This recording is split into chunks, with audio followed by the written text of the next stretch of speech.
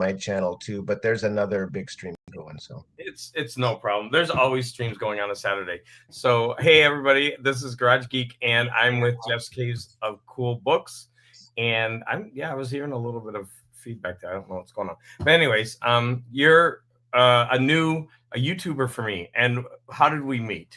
You want to explain that? well, I think we met through the show us your DAWs tag, right? Yeah, So exactly. I don't know who commented on whose post first, but I remember seeing your video and as you showed off some of your DAWs in your garage uh, library and Sweat. thinking you had a real cool, fun approach to your channel, very friendly vibe, and so said, "Hey, how you doing?" And then we just started, uh, corresponding after that. And then I remember I flippantly, this is going to be one of the reasons why we're here. So I flippantly talked about this book on my channel. Oh, I bought this and just for the cover and blah, blah, blah. And then you're like, oh, I like that book. Let's do a read along. But we can get to that in a little bit. Yeah, got my 3-in-1 right here.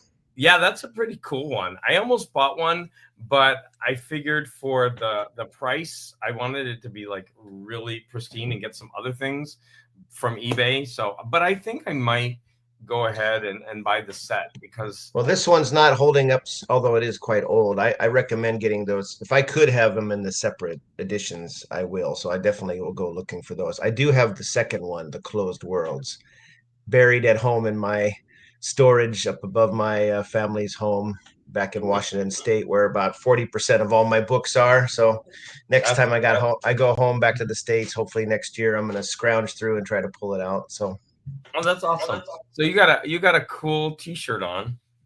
oh, thanks. Yeah, well, you said your husband. I think you said your He husband loves likes Scooby Doo. Yeah, Scooby Doo, and I like Scooby Doo. So I got a few of them.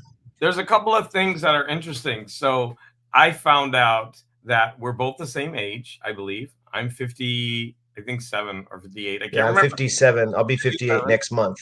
Okay. So that means you're slightly I'm October is my birthday to turn 58, so I might be slightly older than you. You must be older than I am because my birthday isn't for until January. So that's so you must be like 9 months older than I am. Something like that.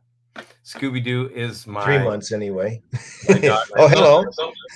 Oh, hey, Steve, how you doing? Have you checked out Steve and Paul have a channel, Check Your Shelf. It's a really cool channel. Those two guys have been friends for a long time, and they chat about books and stories and things. You should check them out. They're great. How you doing, Steve? You brought Steve in here, so that's good. So now I'm gonna go. I'm gonna go sub to Steven after the show. And yeah, I've been watching a lot of new channels since this DAW tag, and that's why they're good. And so we're both the same age. You live in Japan, and I actually lived in Japan 3 years. And but you're in Osaka, right? Scooby Doo is my dog's favorite character, Steve. Yeah, good. Yeah, in Osaka. You were in Tokyo, right? Yeah, I was in Tokyo, and I only visited Osaka once because I had a friend.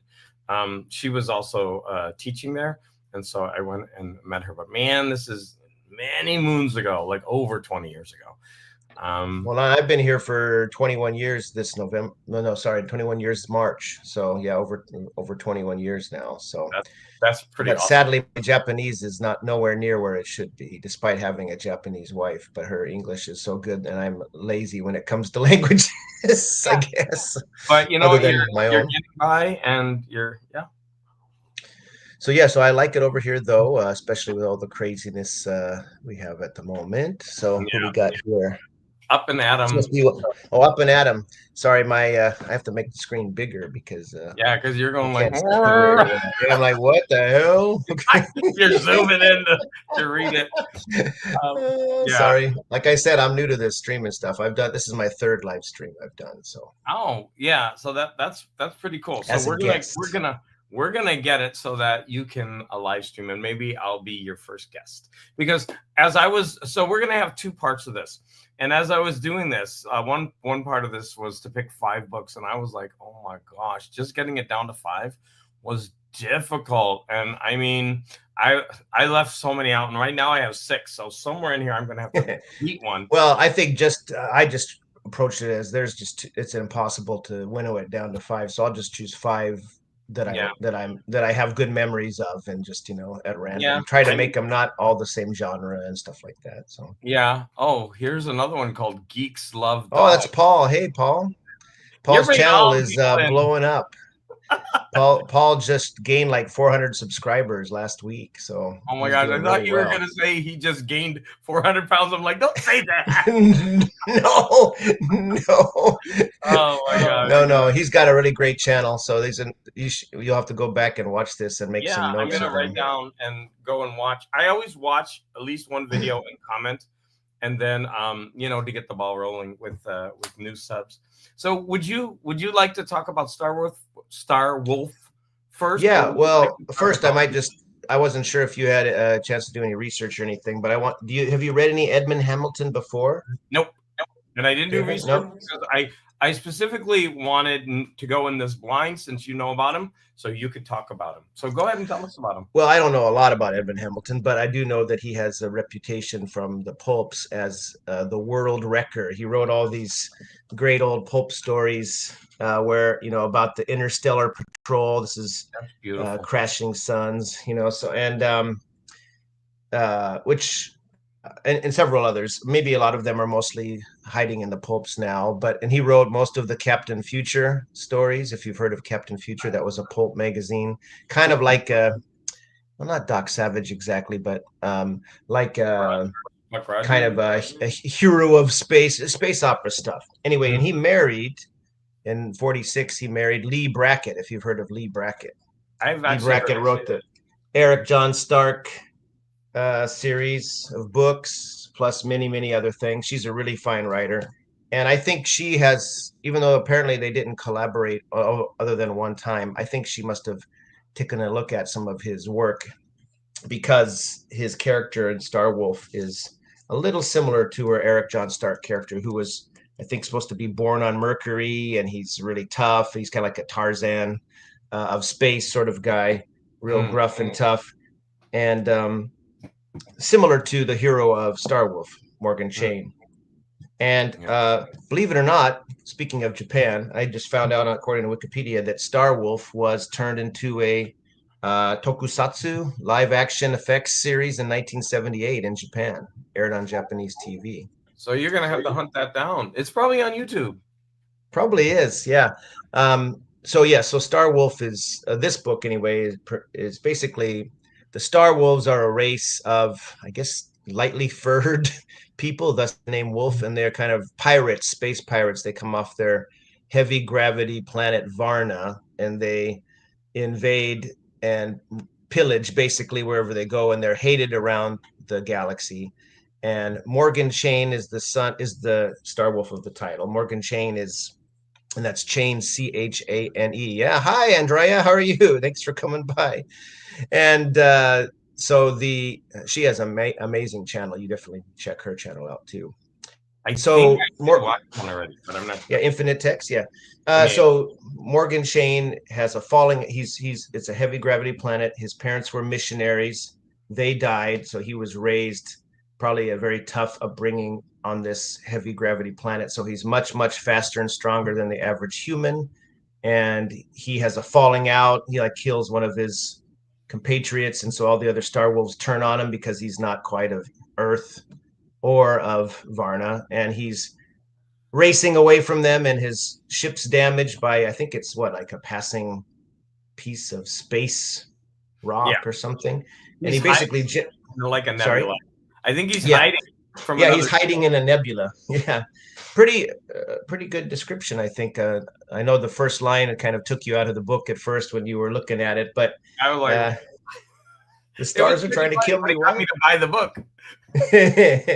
Yeah, Anyway, he's picked up and rescued by his only chance is to kind of go put on his spacesuit and go out into space with some like little jet things. And they pick up um he's picked up by a crew of mercenaries, human mercenaries, and apparently that's where Earth's main contribution to space is the tough mercenary people. But they got quite a strong code. And Delulo, it's always kind of weird to pronounce his name. John Delulo is the head of the Mercs of this particular mission, guesses right away that he's a Star Wolf, doesn't tell the rest of his men, and kind of makes an uneasy bargain with Chain to join his crew on a tough mission. They're going on to this planet that they don't quite know what they're getting into, and then the rest goes from there. So Yeah.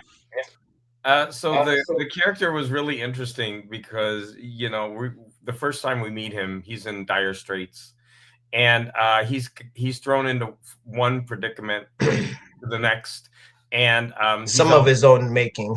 Mhm.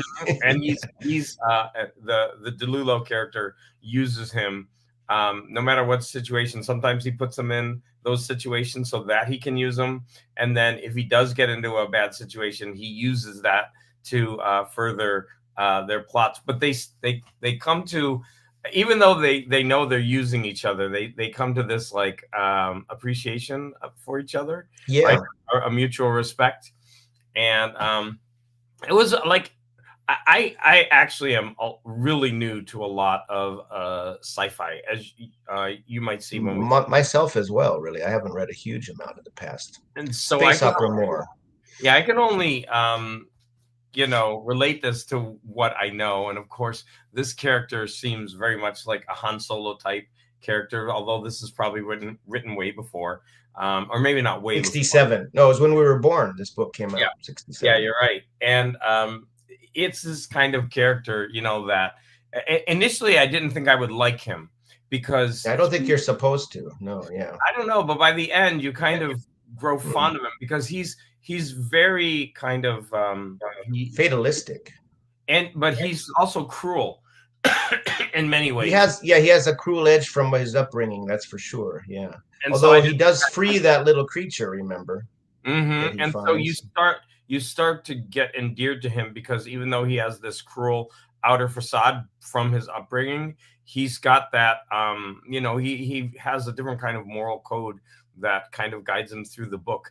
And Well, I think he's kind of getting influenced by DeLulo a bit too, who has a very strong kind of moral code, at least for them. We think of mercenaries traditionally as having very little moral code in the way other than the money, but the way they're presented in this book, these space mercs are quite, I mean, they'll do devious things to get their job done, but they have a strict code of their own for sure. okay, so Hoping to see a cave. you need Oh, to go I'm sorry. you need to go to the porno channel, I guess. I don't know what you're after. I'm out of my cave right now. Sorry. Yeah, I'm in the office just a second because my son may wake up at any moment and come in and cause havoc. So I can lock myself in the office briefly. Sorry about that. Someone pointed out Han Solo was a sidekick to everyone he meets along the way of his whole arc. Yeah, but in Han Solo's own series by Brian Daley, he is the main character. So, Yeah, but I've that's actually read those. I think it was Giant. I can't remember. I don't think the first one is. Oh no, Splinter of the Mind's Eye, but that's not Han Solo. But yeah, then it's his Han three. Solo's Revenge, Han Solo at Star's End, and Han Solo and the Lost Legion, I think, something Yeah, I like read that. two of those, and I really enjoyed them. And I have the third. I'm going to read it. I Uh, have them, but I haven't read them for a long time. But they were a lot of fun. Yeah, because Han Solo, of course, is most people's favorite character of the main characters in Star Wars. I would think. I because he's mean, how very can much you not? like this character, right? Because Yeah, he has this like cold exterior, but inside he's a softie, right? And so like he I don't know argues if that he's Solo's a softie. Do you think Chain's a softie? I don't know uh, if he's quite there yet. maybe by the third book, but Oh, I was certainly becoming endeared to him in a way yeah, that I think that's initially I didn't think I would like the character, but I started to like him based on the choices that he made, and yeah, well, that's a good point. Yeah, and one of the interesting things is that uh, yeah, Code of the Merc, Honor Among Thieves, exactly. That's definitely at play here, Steve. Well, the thing also about Morgan Chain, is that he is so tough, and so of course he respects tough people. When he sees Delulo is tough, then yeah, I with you, Paul, for sure. I wish they would have been kind of, and those were my favorite Star Wars books. I wasn't a huge Star Wars geek growing up, but I did like Han Solo a lot, and I did like those books. They were very imaginative. No, but Chain has he what was I going to say? He has his of course his background has made him very tough, but he basically decides these mercenaries are the best second option. If he can't be roaming the galaxy and having, because he's basically a thrill junkie, I think so. Mm. Because he gets bored. He's several times in this ship. He's pacing around like a tiger. He wants to action. He wants to do something. And so DeLulo throws him these kind of suicide missions all the time. And he rises to the challenge, of course. Like at the end, he sends him up on this. He has to climb this really difficult mountain and shoot off some kind of space bazooka at the ship and stuff. So it's kind of like a do or die thing. And if that's the kind of thing that he's very fatalistic about what happens to him. But Hmm. he wants to go out like a Starwolf, right? So he has that kind of fun man of two worlds of but of none sort of aspect going on. Yep. I really like that part, especially when they were encountering the aliens, and so we won't spoil too much. But there's No, an alien race that they deal with in this book, and they were quite interesting. interesting. Yeah, they Yeah, were an quite interesting race. strange. Yeah, and you don't really get any contact with them. We're only observing what they do, and they're like breaking into their ship and basically pillaging everything that they can. And there's Or salvaging, yeah. yeah, exactly. And you're right. And that's a really good part of the book. I really Mm. enjoyed that. And the consequences of that.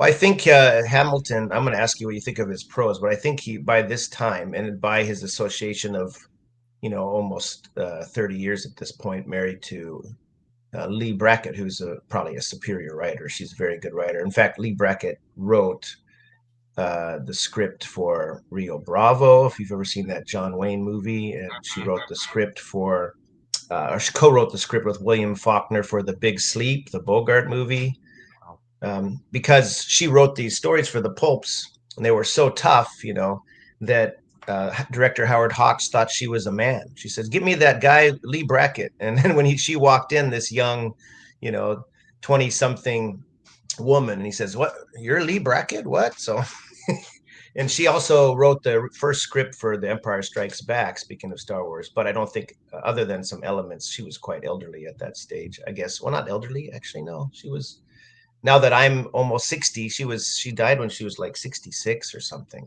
then really Mm. too bad. A lot of these sci-fi writers and pulp writers didn't live very long. Maybe it's too much Smoking. smoking and pounding the keys and stuff. She did die of cancer, so it could be Mm. her husband, Edmund Hamilton, died 1 year before her. So I think he died in 77 and she died in 78. He Wow. lived a little longer. He was 73. He was a bit older than her. But I Okay. guess I wanted to ask you because I thought some moments in this book were quite beautifully written. Not only a description of the strange aliens, but of the poetic nature of space and some of the way he describes these nebula and stars and suns and things. What did you think of the writing? So the writing flowed. I never laughed. So I mean, I was picking this up like it was a pulp book, and so I was expecting it to be, kind of, just generic subpar writing. But that's what's surprising me about a lot of the pulps that I'm reading, because I'm picking up a lot, and as I'm delving in, they're not poorly written. At least this one isn't, and it flowed. The descriptions were really nice. I thought that he was a really good writer, and I'm not going to say like an amazing writer, No. but like nothing like really really stood out. Like, but the descriptions were really good in the Yeah, and book. the dialogue was good, I thought. The Yep. plot was, hey, hey, Big Nasty.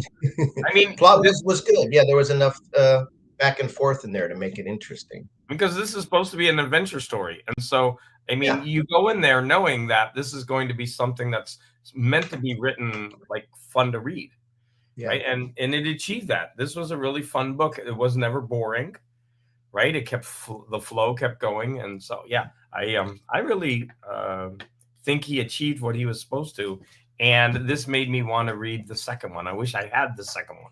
If you So can that find the second one, let me know, and we'll talk about that. We'll do a read along for that too, because that's even better than this book. So okay. that's a terrific one. That was my introduction to the series years ago when I got that one as a single novel, and that one gets trippy as well. That's got some weird alien stuff. Yeah. So that's such a cool cover. Did you find out who did that cover? Does it say? Does it give Oh a no, credit? I was holding it up since there were some new people coming in, and this is what we're Oh, discussing. And yeah, it's Starwolf. covered by Jack Gowan, Gau. Oh, yeah, he does a Gowan, lot of the DAW covers Gowan, too. Gowan. This I'm not. cover is not, fantastic by any stretch. I don't even think they give a It's credit fun to it. though. I like that Yeah, it kind is of. fun. Oh, yours is Yeah, more. no, yours is much, much better. This one's just generic, but okay. Again, it's better than any sort of modern cover you're going to find, most likely. But Yours looks like a Battlestar Galactica cover, yeah, and I exactly. loved that show. It does have these little these the supposed to be the albino peoples. I forgot the name of the planet that he goes to, the Vonins or something like that, Yeah, I don't remember either, but yeah, where you're right. he's because he gets that guy out of prison and Mm. they're trying to use each other and stuff. That's pretty interesting. There's some it's not kiddie stuff exact at all. It's a No, kind the of plot space is a opera. little convoluted and fun, right? It's not like Yeah. straightforward. You're going through these twists to get to where we're going, and it was all, and but it wasn't too much, and so it was the perfect length. Because a lot of Yeah. these older pulp books are manageable. You could just sit down and read them and have fun. And but like I said, I think the writing was a little bit more elevated for a pulp. So Hmm. And I um just wonder if Lee Brackett, his wife, gave it a pass over, but that's probably giving him, not giving him the credit he's due. Do you know Edmund Hamilton wrote apparently 79 stories for Weird Tales magazine over like a wow. 20-year period? He's one of their most prolific authors. And you don't think of, and some of them are his science fiction stories that appeared in Weird Tales. So, and of course, he was in Astounding and amazing stories, I'm sure, and pretty much all the space based science fiction he pulps. But I was surprised. I knew he was in Weird Tales from some of the other, like Andrea from Infinite Text is taking a look at Weird Tales issues every week now, and her Weird Wednesdays, and Nick at the Book Graveyard has looked at some Weird Tales, and there were some Edmund Hamilton stories in there. So I knew he wrote some for Weird Tales, but I didn't know he wrote 79 stories. That's a lot Yeah, wow. because he doesn't seem like a Weird Tales author like a Robert E. Howard or a Clark Ashton Smith or H.P. Lovecraft or whatever. Mm. Yeah, I mean there are definitely some interesting elements in this, like the aliens, that I Mm. guess could lead him into weird territory, maybe. Well, he But wrote. This was early in his career too, so he wrote some, weirder and more horrific sort of things. But you said you collect some pulps. What do you have? Mostly the kind of digest pulps, like Galaxy and Magazine of Fantasy and Science Fiction. Do you have any of the older kind of I don't know what they they're call the like white. size? I wish I had brought some. I bought them in bulk, and I've got quite a bunch, like about 200 of them, and Wow. they're pretty nice, the condition. And so, like I said earlier, I made a video today. I've only read two of them, but everyone that I read, like I read the story and I start researching the artist and the writer, and that's how I found out about Old Doc Methuselah, which is one that I want to read, and I finally got a hold of it. Yeah, you L. got a really nice copy. That's a fun group of stories. You're gonna love Hippocrates, his little eight-armed assistant that's on the cover of the Daw book there. He's a very fun character. Yeah, so it's really quite an adventure for me since I don't know much about this. Also, this morning I made my video I made about Western pulps. I just bought a box of those, and they were a little bit musty, and Cool. I actually have them outside. Like I've cleaned them and I'm airing them. But I made a video about that, and I hope Have that you posted that yet, David? yeah, I posted it this morning. You would have been I haven't seen it yet. Sorry. yeah, Just got up. yeah, no, no But I'll worries. check it out for sure. That's cool. Western pulps. How many did you get? Was this an eBay order? Yeah, there were about 20 of them. Well, first of all, Nice. Son of Crom, I was live with him last night for his like Western Roundup thing, and Oh, he sent me two. And I was like, wow, these are really cool because we love the art. I mean, come on, these old pulps have beautiful covers on them. oh yeah. And And so sometimes beautiful interior art too. and so I figured I would do one science fiction pulp and then do a Western, and I could go back and forth. But when I read those, when I read those two, man, I got so much. First of all, the great stories, and then the art, and then that leads you on to like what else they've written, right? And I started looking on eBay, like their books, and many of them are in DAWs, right? They wrote the Wow. single stories, and then they publish like a short story collection of them in DAWs or Very another, cool. yeah, and like old Doc Methuselah. And it's a really fun. But what's really interesting is when you come across a writer that's kind of obscure, like they just didn't go anywhere. And like if Right. you enjoyed the story, you're just like, wait, what happened? Right? It's Yeah. Some people make it and some don't, and it's sometimes not fair. but How are you doing on the? Oh, sorry. I the was going to say how are you doing on the chat, but you didn't finish your point. Sorry. no problem. I was just gonna say that the thing about that is you might have the only copy of that story then if you Hmm. have that. Do have that magazine? That's right. Yeah. Yeah. And so Temper Robotics, are you familiar with Spectrum Art Magazine? They published a lot of cover art. I think I have heard of it. I'll check it out though. Send me some, Tempero. I bet So, they're expensive. which Western pulps did you get a hold of?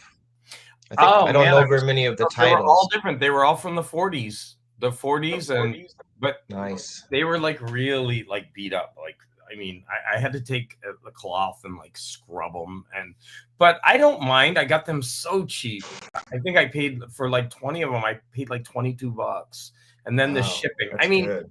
but when I opened up the box, as I explained, man, this wave of mold, like the smell. I was like, oh god. Oh And so I put man, it in yeah, the that's not box good. in the garage for a week, and I'm like, I'm going to deal with this on the weekend. So in the video, I take even the bags they were in. They were like all like covered in like spores, but whatever. Yeah. Let's see. What else do we have? Yes, so many authors that need to be spotlighted. Keep them from being forgotten. And also, what's really interesting about the pulps is a lot of them have art in the pulp. But then when they put them into the short story collections, they don't port the art over. So the art is lost, right? From the pulp to the short story collection. So the only way to get that art is in the pulp. I did something where I can't see Paul's comment. What did I do to my? I was trying to get the comments up on the side, but Who is I Paul? did. I'll read it to you. Oh, Paul's the Geeks Love Dogs one. I was able to see the ones that you put up. I was trying to get it so I could see the chat on the corner because there must be a way. There we go. It's fine now. It was just where I had my cursor, Yeah. So I I have think. his comment on the screen. So Yeah, Paul does a good job of spotlighting a lot of authors that, especially some modern cool authors, which is some I don't usually get into a lot of modern authors. So he's brought some to my attention that are definitely doing kind of the old pulp style stories these days, which is fun. So, well, that's very cool. So you got and also the 200 box of science fiction pulps was also an eBay score. nope, that one I bought. No? I bought them in lots of like 10 to 15 each on Oh, what? Wait, what? My comic shop, I think. No, there was an wow. auction site, and and it was weird because it's a bidding site, and I got them ridiculously cheap. Nobody wanted them, and so like I put a Mhm. bid out, and I was the one that won, and I ended up getting like people only want pulps if there's like a famous Mm. writer, the story in it, and I'm resigned to never having those, but Well, why would you pay $1,000 for I a, know. moldering pulp? You might want it if you had $1,000 at your disposal, but most people But don't. the ones that I bought, they are in beautiful condition. Each Oh, book that's like nice. wrapped up, and yeah, I went through one of them. I don't know, on my channel. I went story by story, and I talked about it. I'll Um, have to look for that. Which it I'm was not okay. sure I'll if have I to look did for it in that. a Friday night chat or if I did it separately. It You got wasn't a one. lot of videos in your backlog, David, so I'm trying to search through Oh God, there. I've been on 4 years, and I make too many videos. I'm just like I'm Whatnot? Whatnot is the place you No, but I no? do. I have bought a lot on Whatnot. Whatnot is fun, but Whatnot is so addicting. I had to like stop myself, and like right now I'm buying comics, and I've got to stop myself because I'm doing the same thing. Like I Gonna spent. get in trouble with your husband. I saw your puzzle channel, one of your past. You sent me the link to your separate puzzling channel, Oh yeah, but, which I'm not. I don't have the patience for puzzles, but it's a fun channel, and you got a pretty good response over there. And I saw one video you had titled "Shh, my husband's going to kill me" or something. Spent I, $100 on puzzles. I sneak out to the car and bring him in from the car, and hopefully, and he's got a camera in the living room, so he's Oh like, no, he's ready to bust you, huh? yeah, exactly. So, all right. Do you want to say anything final? I'm going to say that this is highly recommended. If you can Yeah, find this, it's so much or fun. this. And that one would be the better one for the Because casual. you'd get all three. Get all Yeah. three, and this one you only get one of them, and it's a lot of fun. And Hmm. yeah, I thoroughly enjoyed it. If you're into space opera and action adventure that's well written with some good character moments, and but not not slow by any stretch, and it has also a pretty well realized alien worlds and aliens, then that yeah, it's definitely highly recommended for that kind of thing. It's my kind of book, exact for sure. It may be. I know some science fiction readers like the more heady, philosophical, you know, massive ideas sort of stuff, but I like stories that move, Excellent. frankly. So Yeah, excellent. So the next part of this is we decided that we're going to each go back and forth about 5 books that are important to us. And before this, I was telling him like how difficult it was to just pick 5. And so I told him we've got to do a part 2 on his channel where you're going to. sure. Uh, hopefully, I'll be your guest and I'll help you out for that.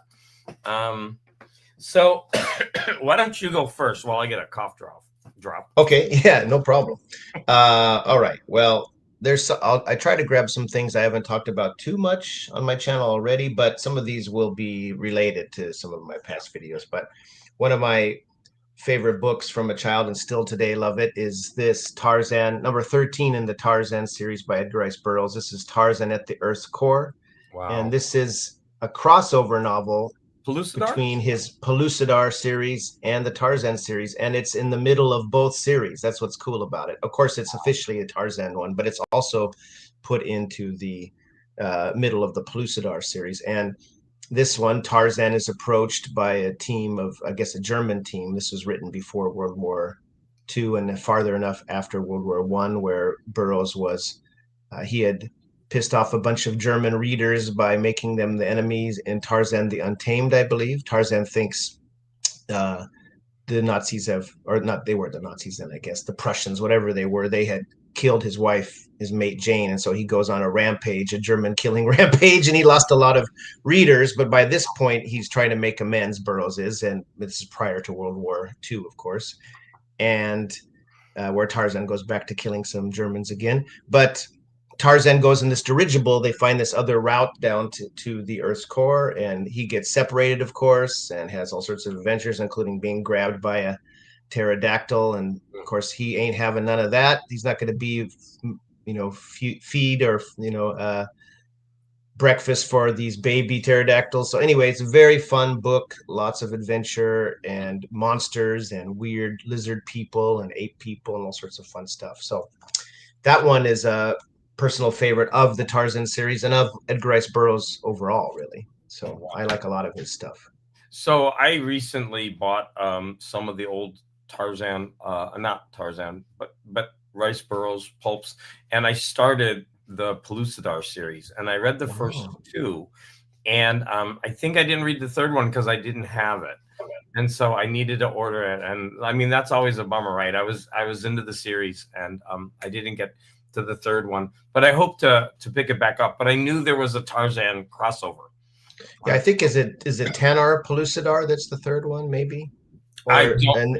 I, and then it goes to this one, and then there's a couple more Savage Pellucidar and mm, um uh what's the other one? I can't think about it. Land of Terror, that might be it. mm. But anyway, they do go down a little bit, maybe in quality. You might start to kind of mail them in, but this one and the first several are really great. So Yeah. great So fun. when you sewed that pterodactyl That's like. Neil Adams, by the way. That's a Neil Adams cover. I was gonna say that didn't look like Frazetta, but that's really really cool. Yeah. Neil Adams did most of these Black Valentine editions that were, I think, issued in the 70s. And then Boris Vallejo also did several, and they're pretty amazing. So they kind of Yeah. alternated.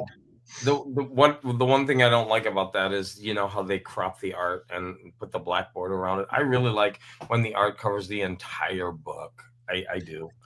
I understand that. I agree with you for the most part, but I do like this black livery on these very much. So, well, how about you? What's your first? Um. Oh yeah. I like Unless you want to say something else about Tarzan, I was gonna say something. I can't Squirrels. remember. I was gonna say something else, but then I couldn't remember. I think it was about the artist, and then I about just Neil Adams or no, about no? something else, but I can't remember. Let's move on. So since we sorry. How about the chat, David? We good on the chat? Everyone okay? Anyone popping in anywhere? nope, there's Okay.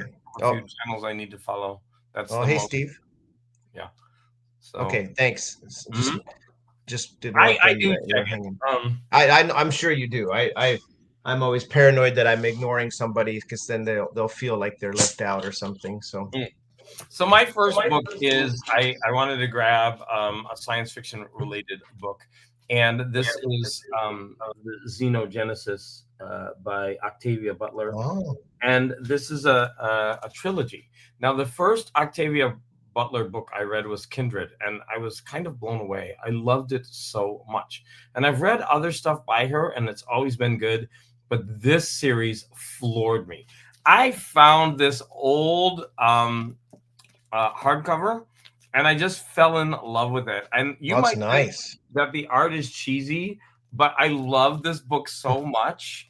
And it started me buying hardcover books like this. That I think this is what you would call a book club edition. Yeah, any of that stuff. It's very shiny on the cover. Does it have like a dust wrapper on it? Yeah, I put broad art on my books. So, but broad art. What's broad art? Oh, broad art are these. Hold on, I'll go. Okay. So I made him get up. Yay. they are these things that you can buy, right? That libraries use, and you lay out the book cover here, and you wrap it around, and it comes out looking like that, right? I'll show you on the next book because I need to pick some of that up in the future because I need to do that for some of my hardbacks. Oh my gosh, I love it. I will never go back, although it's a little bit expensive. But I mean, it's not out of the ballpark, but it's you spend about it's got like adhesive on one side, and you must be really careful. You don't need it. You fold it. You can buy from this company. You can get the ones with adhesive, but you don't need it. Okay, yeah, I would rather not, probably, because I may end up damaging the book. So I'd rather, if it works fine without adhesive, I'd probably rather do that. So this series is like you I don't know. It's so mind bending, and there's 3, and each one gets different. And I'm not gonna like go into the plot and spoil it, but this is something that if you've never read, you've got to like. I read this, and then I think I read the first one again with a friend, and then I read the other 2, and it's just phenomenal.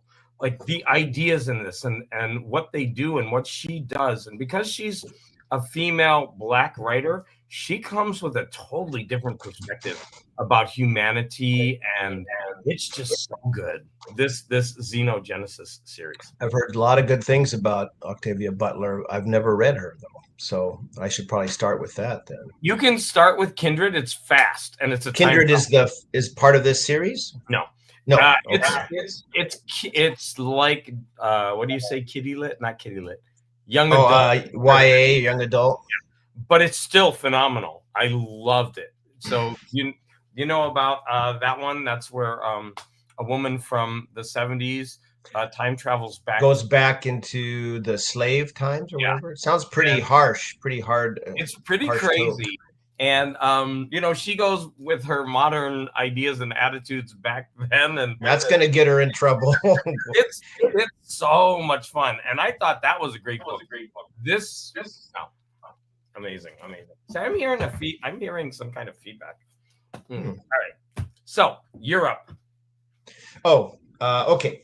Well, I chose. I wanted to have at least one other sci-fi as well. It's not a live stream until somebody jumps up. That's right. That's a reference to another one of our friends who does lots of lives, Chris at Liminal Spaces, and we're always trying to see how many times he gets up. Ooh, nice Batman mug. I like that mug. Well, this one is Black Okay. Panther. Oh, sorry, Black Panther. I just saw the top there. I thought, Okay, oh, yeah. there you go. I got this for like Great. $3, and it's my favorite cup. I use it all the time. That's a very cool cup. Mm. And Black Panther is a very cool character. So, Day of the Triffids by I John Wyndham. recently read that. Oh my gosh. Oh, did you? Yeah. I So this loved is, it. yeah, I love this book and I love John Wyndham in general. Now, Mm. I first saw the British, not, I have seen the movie, the 60s movie, which doesn't really follow the plot of the book at all.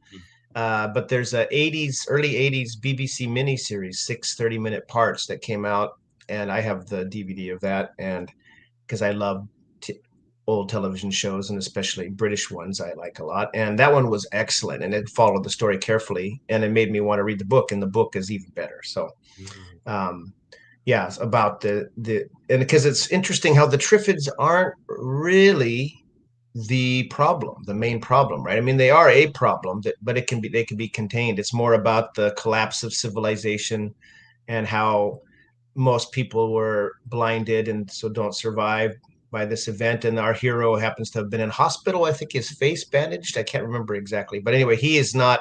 It's very Walking Dead. If Yeah, you it know is Walking very. Dead, they stole a lot from this. I think they did for sure. And there's several editions of this. I think I have two of these. So I've got two or somehow three I of them got. myself.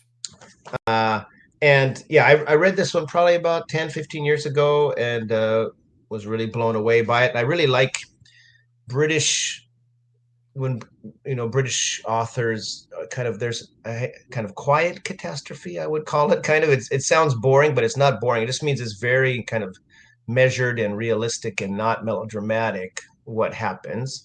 But a lot of stuff does happen, and it's quite thrilling in parts and quite interesting. And basically, he meets a young woman as he wanders out of the hospital and wonders what the heck's going on, and they get separated and then get back together later, and kind of how the humanity is breaking up into different factions. And meanwhile, these dangerous plants, if they get close to you, they're quite dangerous. These alien plants are wandering around, kind of walking plants. Yeah, they can shoot the.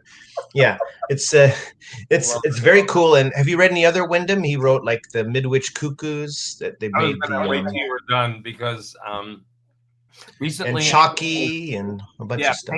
Penguin Books put out a whole series of his books with new covers and new art, and Oh, I need I to look bought those all up. of them because I loved the cover art, and I was slowly working my way through them. I think I read now. Watch me, probably it's the wrong author, but I read the Kraken The Wakes. Kraken Wakes, that's right. How about the So good. Chrysalids? And I read two or three of them, and I need to keep reading them because I was enjoying them thoroughly, and that was one of them. And it's so crazy how influential that book is because you could see those plot lines all through The Walking Dead, all through numerous zombie movies, like Mm, 28 Days Later.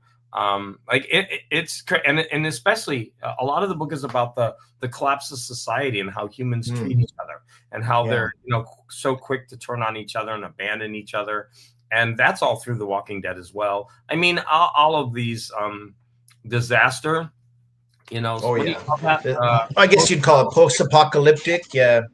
It has a lot. You see it all in that book, and it's so crazy how influential that book. You Oh yeah, know. it had a big influence. There's a really popular in the early 70s, another BBC series called. Okay, yeah, Geek Paul, have good fun on Ebes. There's another live stream that the Elusive Exclusive Book Society. I recommend that, David, to check it out. Oh, Paul's okay. going to be on that there at 8 o'clock, so he's got to take off, Thank you probably for the get ready for that. But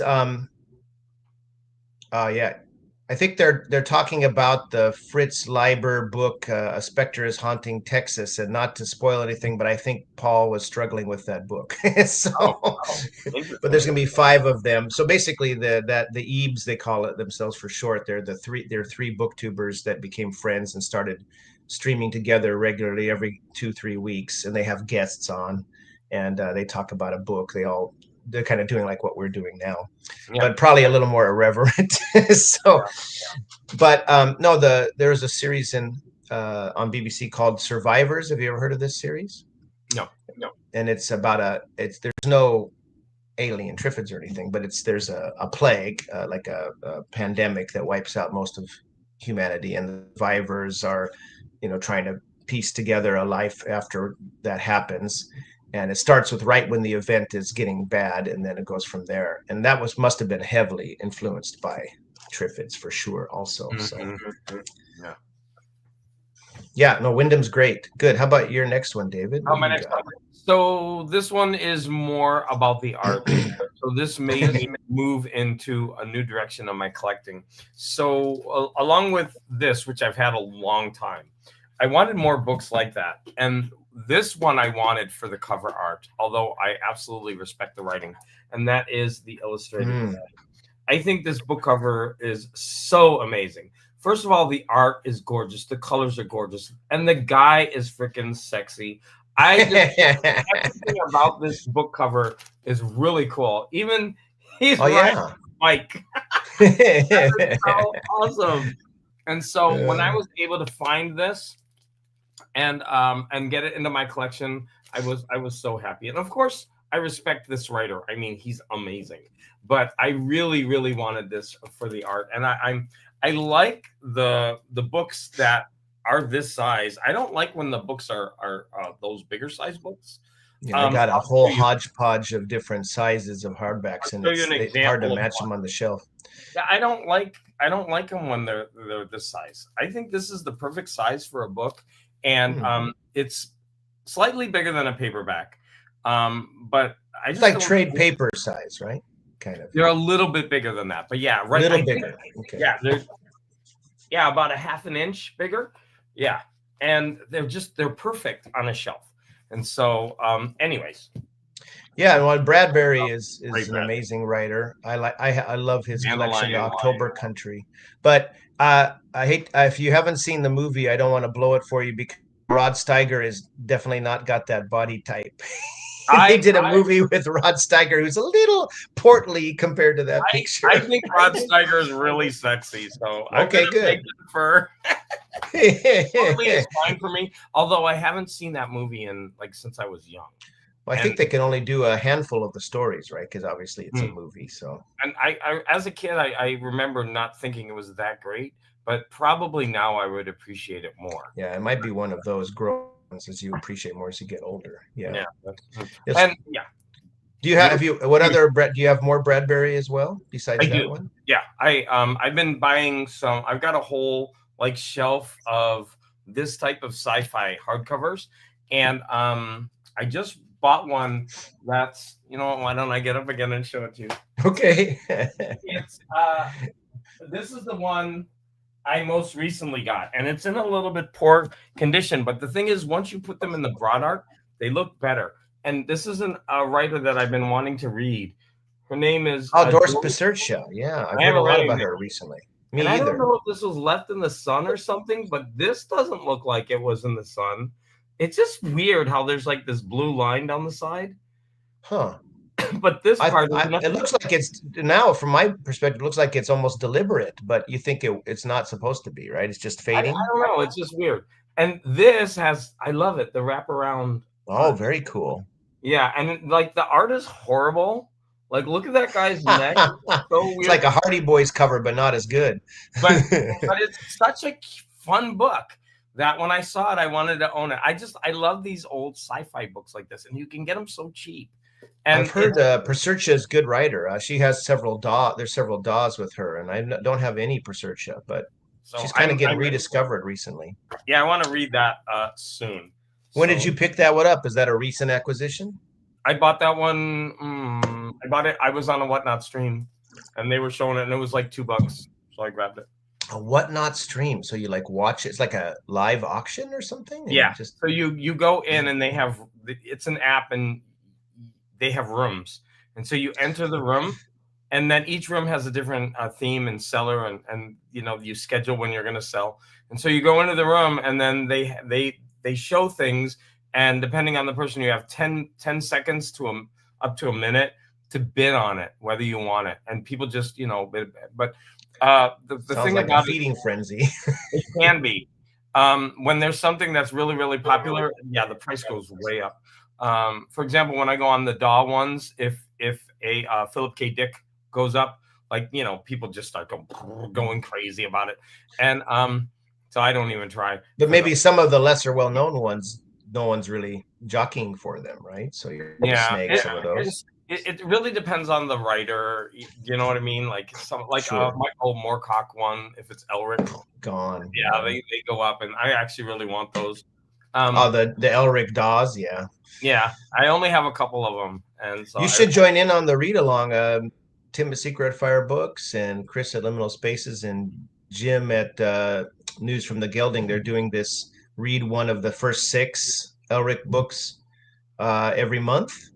oh, And I never had read the Elrics. I'd collected them, but I've read the first two. We've been through the first two, and it's the third one, The Weird of the White Wolf, right now. But if you don't have them, then it's mine is on riding his bike to Great America in Gurney.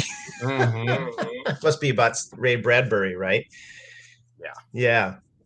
Dandelion Wine. I Dandelion think I have. wine is my favorite. I love that. I love that so much, and I recently reread it.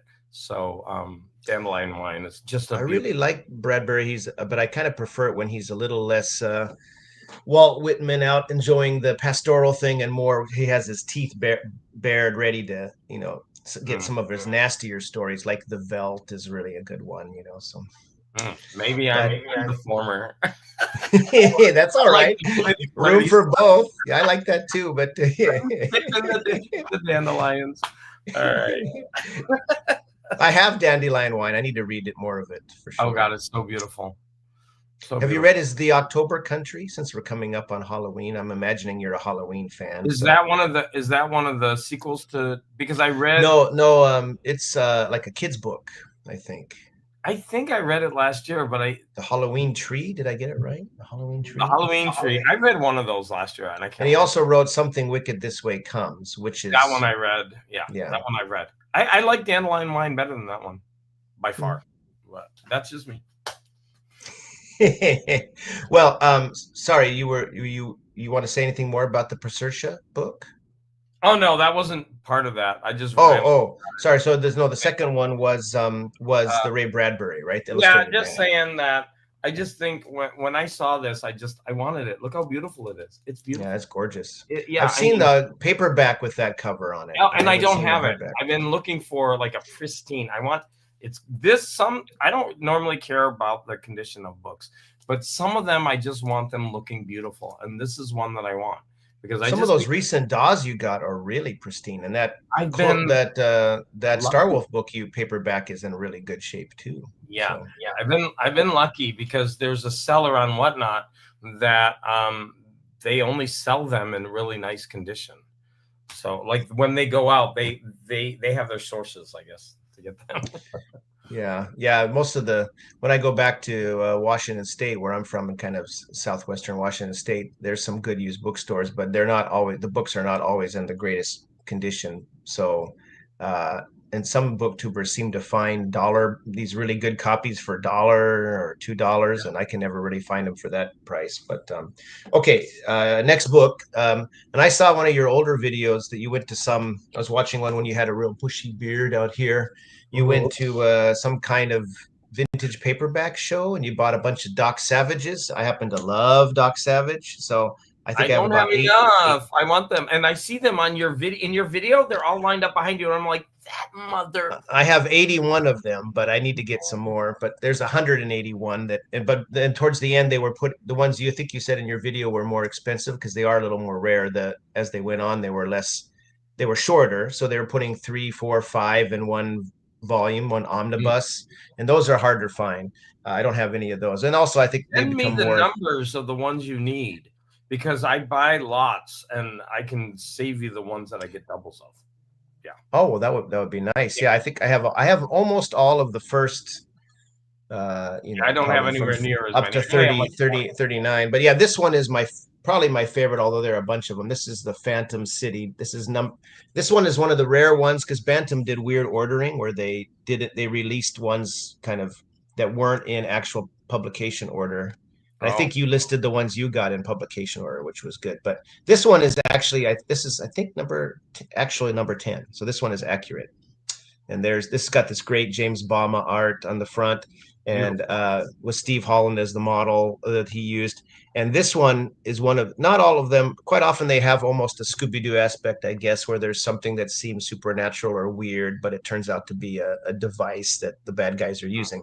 This one is full on Lost World stuff. They take this submarine over to this somewhere in sub-Saharan Africa. They find this kind of mountainous city full of white-haired people. There's this white-haired girl. There's always a beautiful girl in one of the Doc Savage books that falls for Doc Savage, but Rice yet he girls he too. doesn't pay any attention. He might not, because he thinks that they're gonna be a hamper to his adventuring, and he has nothing to do with them. Frankly, in fact, that's his one weakness. His one He's kryptonite is gay.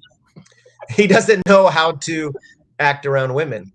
But Oh, his five assistants, especially they do. Monk and Ham, there are quite into the ladies.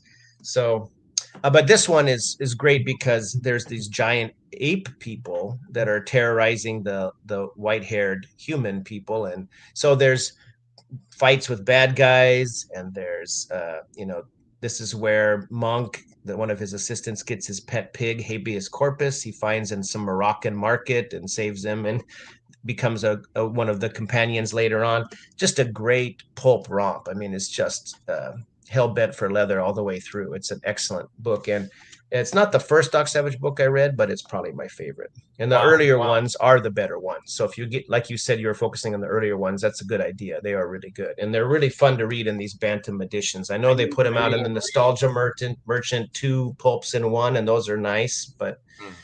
I like the Bantams. I do too. I like the thinner ones.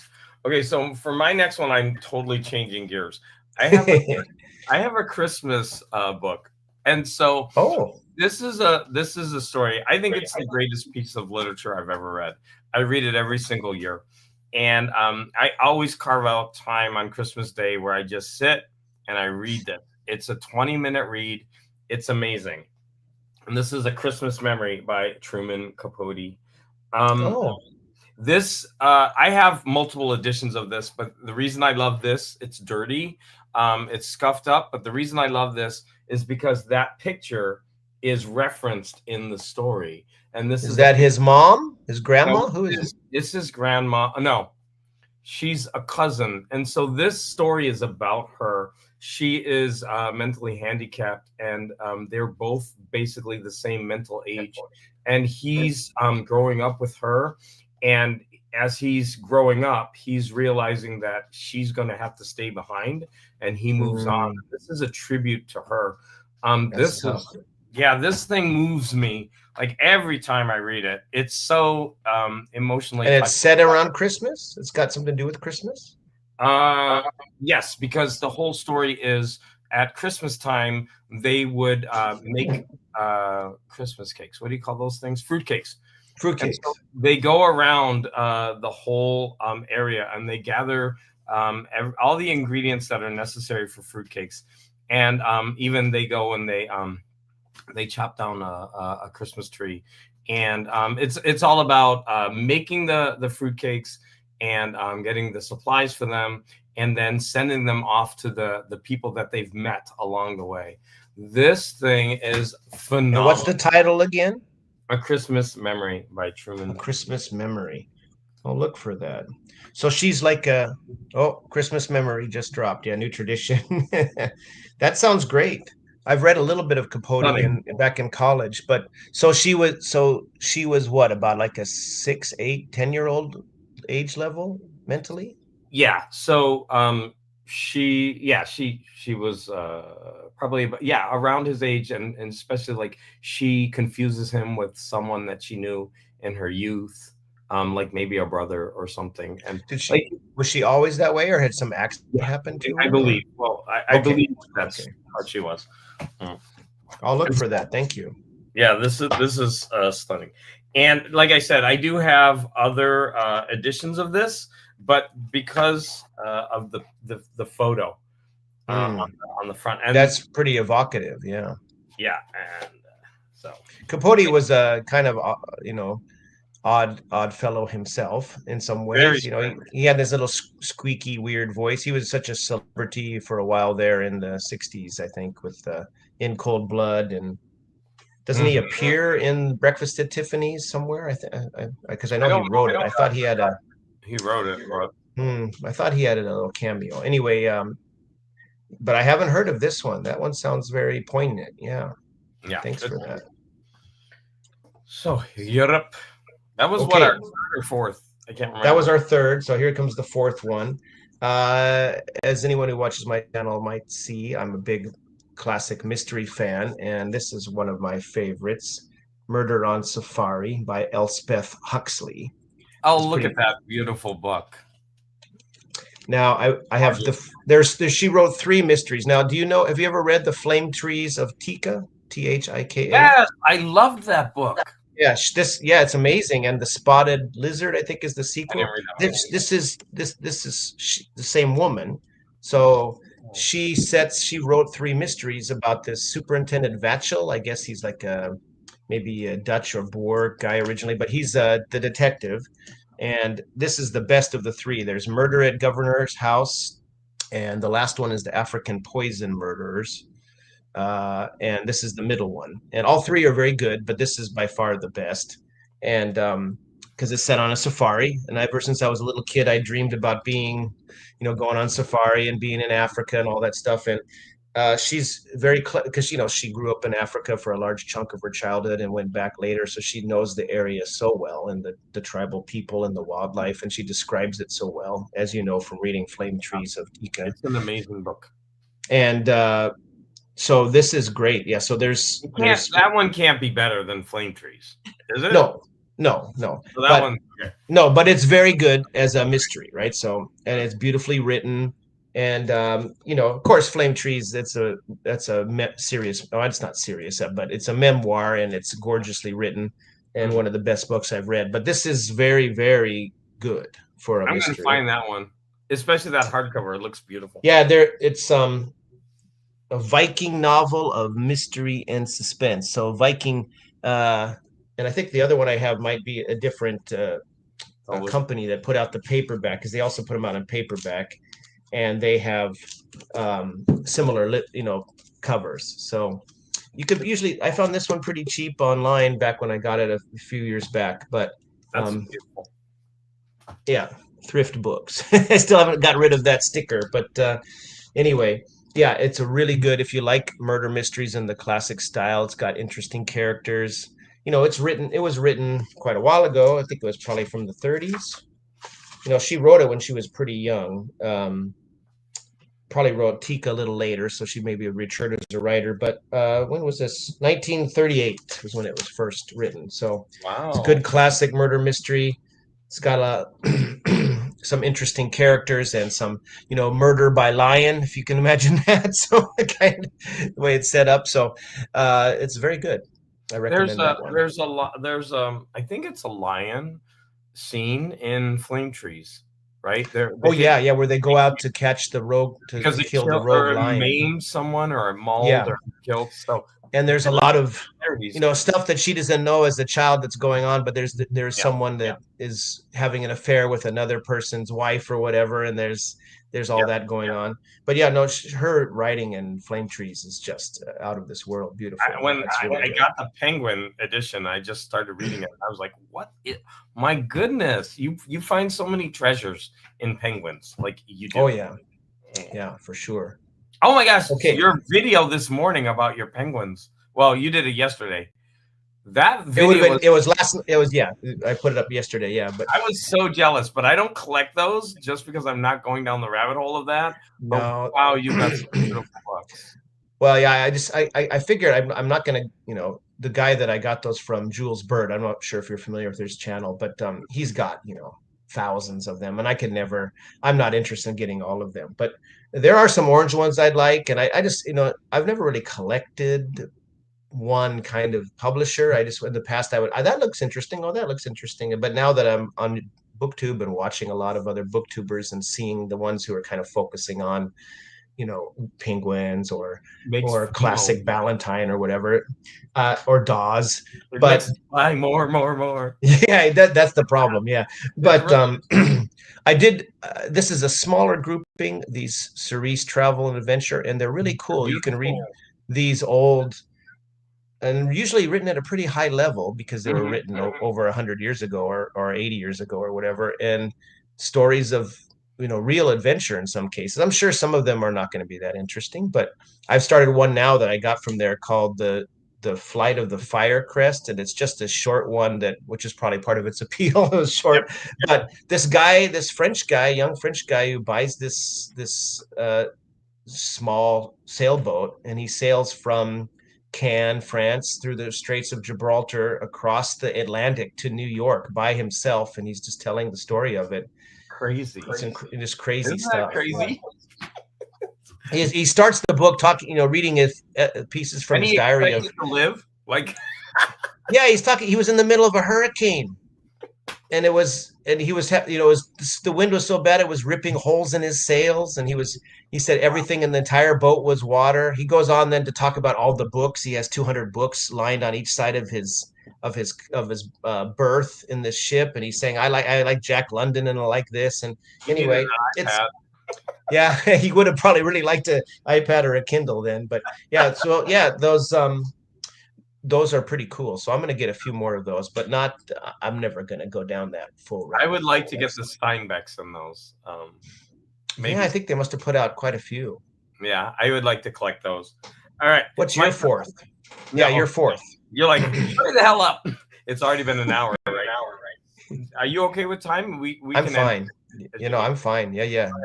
So I picked the next as I'm kind of cheating because it's a trilogy. But pretend this is one book. I actually have one The Vandermeer. volume. Yeah, I have a one volume book of this and I couldn't find Yeah, it. so it's not cheating then. Yeah, they came out all.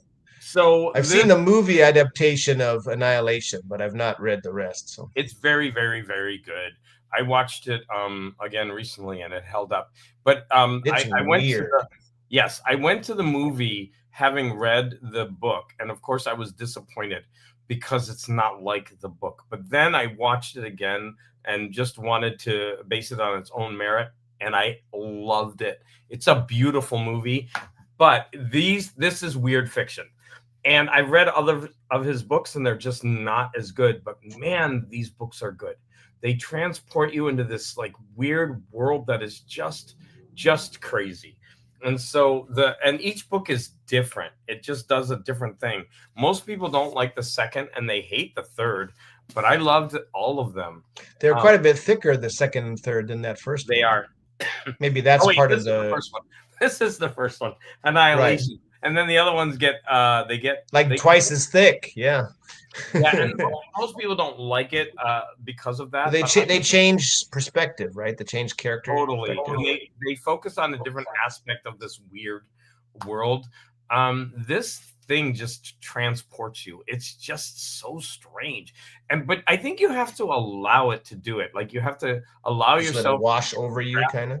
and you just like this is so good. The writing is amazing, and like I said, I've read a bunch of his other books. Nothing comes close to this. He and his wife, though, apparently have done quite a few good collections. I think Mm-hmm. there's a Weird Tales one they did that some people have been talking about. And I know they did some I have the science fiction ones too, I or think I have. it's their collections that Yeah, they're choosing themselves. So yeah. And does the Annihilation movie end where the third book ends, or does it fit pretty much with the first book? with the first book, although I Okay. believe it has a totally different ending. They try to wrap up the movie, and I Yeah, think it's kind kind of the of, thing yeah. that's not very successful about it. Yeah. But it's still really good. And of course, this made me read the. Now I'm drawing a blank. So this is kind of like It's based like on. H.P. Lovecraft's Color Out of Space, right? No, it could be. I'm not saying no definitively. I'm thinking of the breakfast one. No, the Starship. There's a book by the brothers something, and they're Russians, and they Oh, those guys. Yeah, yeah, yeah. What's their name? Dang it. It's not no, Tarkovsky or I know who you're talking about though. yeah, the I'll get it in a second. The Someone title in the chat might come through. They're the the two title brothers writing famous science fiction books, right? yeah, when a star like a spaceship is passing by and they stop on Earth, and then they leave their trash and they keep going, like we're at like a way stop for them. And the whole book is based on like we examine their garbage and we think it's like they're like it's so to us it's like amazing finds treasures and like That's a cool idea. yeah, that's what the whole book is kind of based on. And then this takes the same kind of idea and runs with it. They like the original book is okay. This just takes that idea and makes it amazing. I wonder. I I wish I haven't could. read the book, so I should check those out.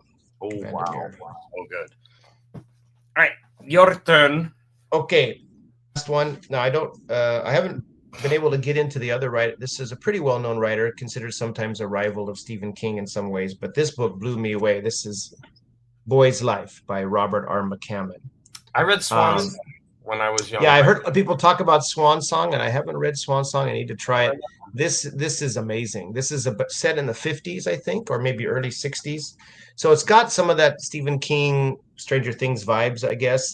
But it's about a boy whose dad is a milk delivery guy, and the boy sometimes rides along with him. And they see a car go over off the road into I guess, a lake or where near a dam or something, and the guy's wrists are wired to the steering wheel.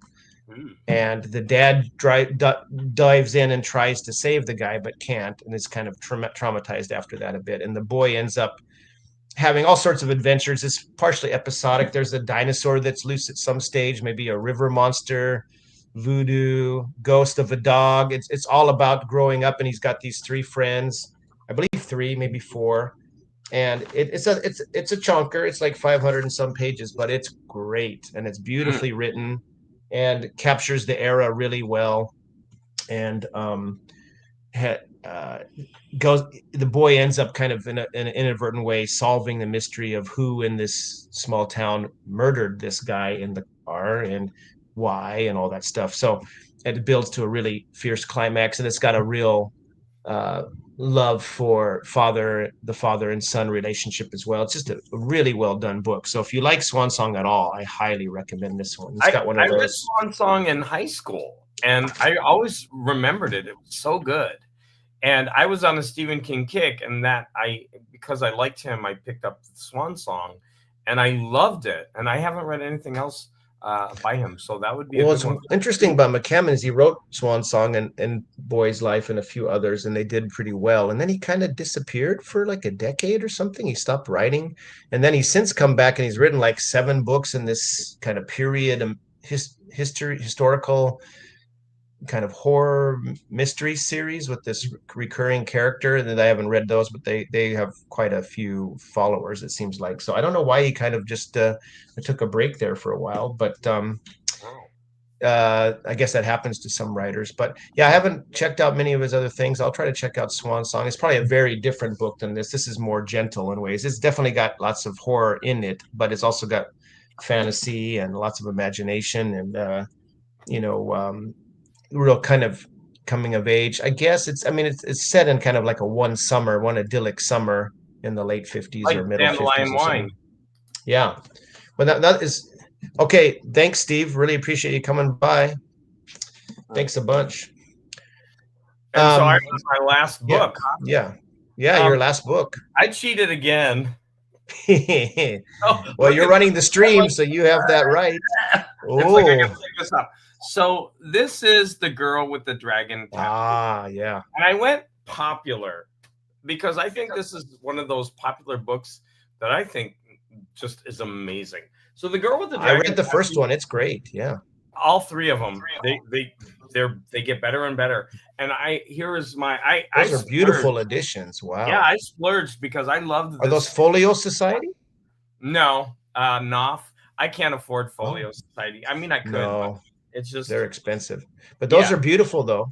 Yeah, they're gorgeous, and it even has an extra, like a small extra thing, which I actually haven't read it, but it's on Stieg Larsson, and Yeah, what a strange thing. He writes these books, dies, and then they become massive bestsellers. I don't even know if he lived to see any of their success of the first one.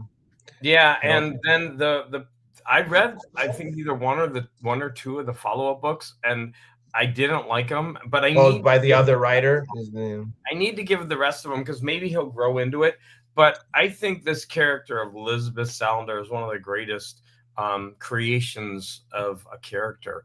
I mean, she just feels real, and she changes in every book.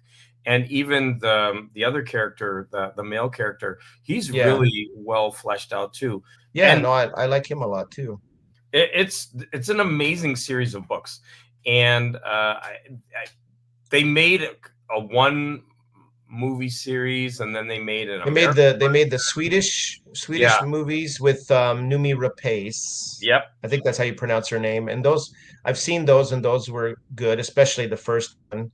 And then they made the Daniel Craig one with Rooney Mara, I Yeah. think, who's just fierce as Liz Salander. So, and that was very good. It's a really kind of nasty story, that first one, but it's really well Yeah, done. they are. And she's such a character that is Mm. like, she goes through so much, and just even her personality is so different. What do they call that? Like, not they have a term for it right now called Well, like a oh, neural. neurodivergent or whatever. Yeah, Well, neurodivergent. she certainly swings both ways. Let's put it that Mhm. way. So But no, she's also very, like, socially she's kind of awkward, like, yeah, going she's like kind of autistic. autistic in a way, Yeah, right? Yeah. yeah. So we're getting a really interesting character when we have this character, and to see her develop throughout three books is an astonishing feat. This writer did an amazing job with Well, I writing. like what you said about also the Michael Blomkvist. Is that his name? The Blomkist? I forgot it. I Kist forget his is the name too. main, the guy character is also quite interesting. The only problem I had with that first book, because I've only read the first book, is it does start a little slow, talking about zine legal quagmire that he's in at Oh, the start. And the first chapter or so is a little. So if I hadn't seen the movie first, I might have been a little, you because might I have. did see the movie first. I might have been like, I don't know. But it quickly, once they introduce Elizabeth Salander, it kicks into gear. So, and of course, the main plot is really tricksy and interesting. So, Yep. So those are my five. I think you have one more, don't you? Or no, that my oh, fifth I was the last was one Boy's Life. So, yeah, you had me go first as the as a kind host guest. that you are. All right. We'll So have to do this again for sure. It's been a lot yeah, of on fun. your channel, because you're gonna learn how to stream. Yeah, I need to learn how to do a live myself. I'm okay with, as you can tell from my videos, I can jabber on and on, no problem. But it's the managing the stream and the comments that I'm a little bit leery about doing, and especially starting and having no one commenting whatsoever. Nobody shows up for the stream, but Oh, that's uh, happened to you me know. plenty of times. I'm a loser YouTuber. No, no, I don't think so. You got quite a few followers. I noticed the comic book and I seems to know. of booktube seems to be very vibrant community, so you've got Mm-hmm. quite a few there, and I know you got quite a few vinyl pals that you collab with Mm, too. yeah. But So yeah, for sure. this was a lot of fun chatting with you. I really, like I said, it was difficult coming up with five. I even have another one here. Like I told you, I got six. You want to show your bonus? Go ahead and show your bonus. The bonus was I was going to talk about Colm Toibin.